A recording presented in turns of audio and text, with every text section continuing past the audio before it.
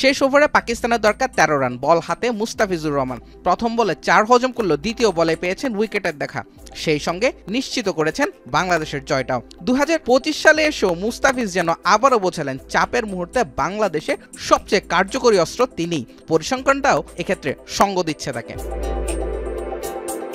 চলতি বছরই আরব আমিরাতের মতো আইসিসির সহযোগী দেশের কাছে টি-20তে হারের লজ্জা পেতে হয়েছিল বাংলাদেশকে। সিরিজে প্রথম ম্যাচে জয় পেল, পরের 2 ম্যাচে হেরে যায় বাংলাদেশ। সিরিজের সেই 2 ম্যাচে ছিলেন না মুস্তাফিজ। শ্রীলঙ্কায় প্রথম টি-20তে হারের ম্যাচেও ছিলেন না দ্য ফিজ। পরের 2 ম্যাচে তার ফেরার পরেই জয়ের দেখা পায় বাংলাদেশ। ডেথ ওভারে মুস্তাফিজের এই কার্যকারিতা প্রমাণ হয়েছে গতকালের ম্যাচেও। শেষ ওভারে বাংলাদেশ তার হাত ধরেই পেয়েছে জয়। এমনকি পাকিস্তানি ব্যাটার ফাহিম আশরাফও বলেছেন মুস্তাফিজের ওভারে চাপ রাখতে চাননি তিনি।